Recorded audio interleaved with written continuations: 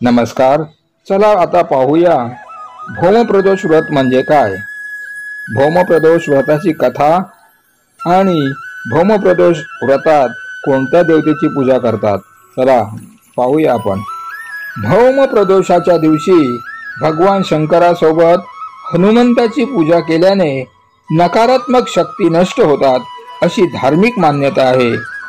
आज वर्षातील पहिला भौमप्रदोष व्रत आहे. प्रत्येक महिन्याच्या त्रयोदशीला प्रदोष व्रत केले जाते.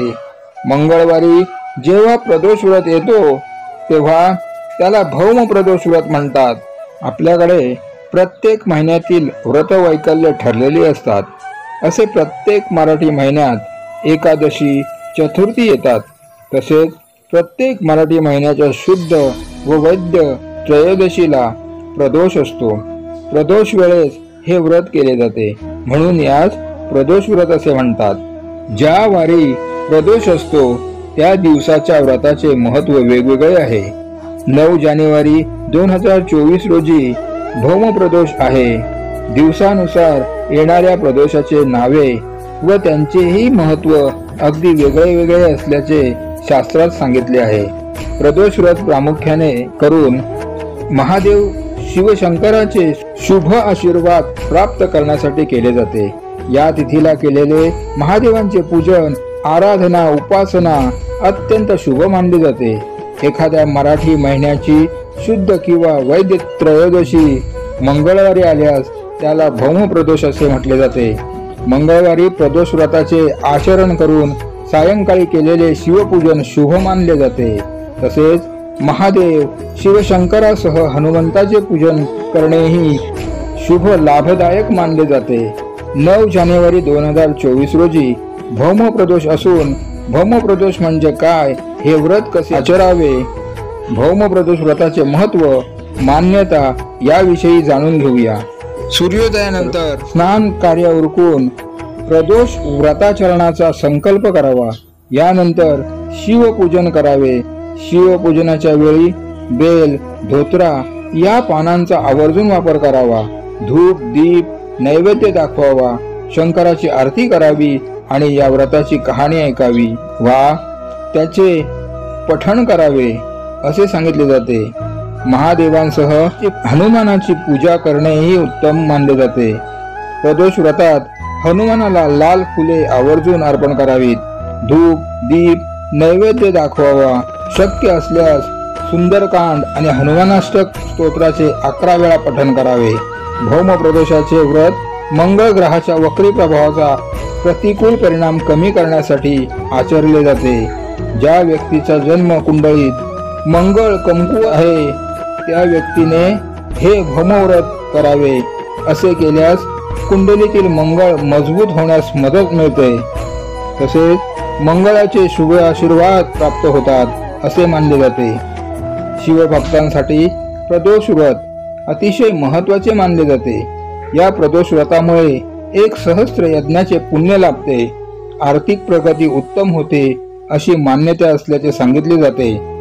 याशिवाय व्रताचे आचरण करणाऱ्यांना आणि त्याच्या वारसांना दीर्घायुष्य प्राप्त होतो असे सांगितले जाते. भौमप्रदोष व्रताचे महत्त्व. जेव्हा प्रदोष व्रत सोमवारी येते तेव्हा त्याला सोमप्रदोष आणि मंगळवारी येते तेव्हा भौमप्रदोष व्रत असे म्हणतात.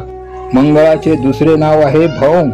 या व्रताचे पालन केल्याने ऋणातून मुक्ती मिळते आणि जीवनाच्या प्रत्येक क्षेत्रात चांगले परिणाम प्राप्त होतात. असे मानले जाते की प्रदोष तिथीच्या दिवशी भगवान भोलेनाथ कैलास पर्वतावर असलेल्या आपल्या रजत भवनात नृत्य करतात आणि सर्व देवी देवता त्यांची स्तुती करतात. या दिवशी भगवान शिव आणि माता पार्वतीच्या समवेत हनुमानजींची पूजा केल्याने गोदानाचे फळ मिळते. भौमप्रदोषाचे व्रत संतान प्राप्तीसाठी केले जाते. तसेच या व्रताने असाध्य रोगांपासून मुक्ती मिळते. कुंडलीतील मंगळाची स्थिती मजबूत करण्यासाठी अशा बलवान भौमप्रदोषाच्या दिवशी मंगळाची 21 नावे सांगावीत. व्रतासह प्रदोष व्रताची कथा वाचावी. असे केल्याने ऋणातून मुक्ती मिळते आणि या व्रताची पूजा केल्याने मंगळ ग्रहाला शांती मिळते। मंगळवार असल्याने या दिवशी हनुमानजींची पूजा करावी आणि त्यांना बुंदीचे लाडू अर्पण करावेत। हनुमानजींना रुद्राचा 11वा अवतार मानले जाते, त्यामुळे भगवान शंकरासोबत हनुमानजीची पूजा करणे शुभ मानले जाते। या दिवशी मोठ्या भावाचा आशीर्वाद घ्या आणि त्याला गोड खाऊ घाला। असे केल्याने मंगळ बलवान होतो आणि हनुमानजीचा आशीर्वाद प्राप्त होतो। भौम प्रदोष व्रत पूजा विधी। भौम प्रदोष कालाचे व्रत पाळणाऱ्या व्यक्तीने ब्रह्मवेळेत स्नान करून स्नान वगैरे आटोपल्यानंतर हातात तांदूळ घेऊन आद्य अहम महादेवस्य कृपा प्रताय सोम प्रदोष व्रतम करिष्ये या मंत्राचा जप करावा। या दिवशी प्रदोष काळात भगवान शिवाची पूजा केली जाते। प्रदोष तिथीला भगवान शिवाची आराधना करा आणि व्रत ठेवा आणि दिवसभर ओम नमः शिवाय या मंत्राचा जप करा।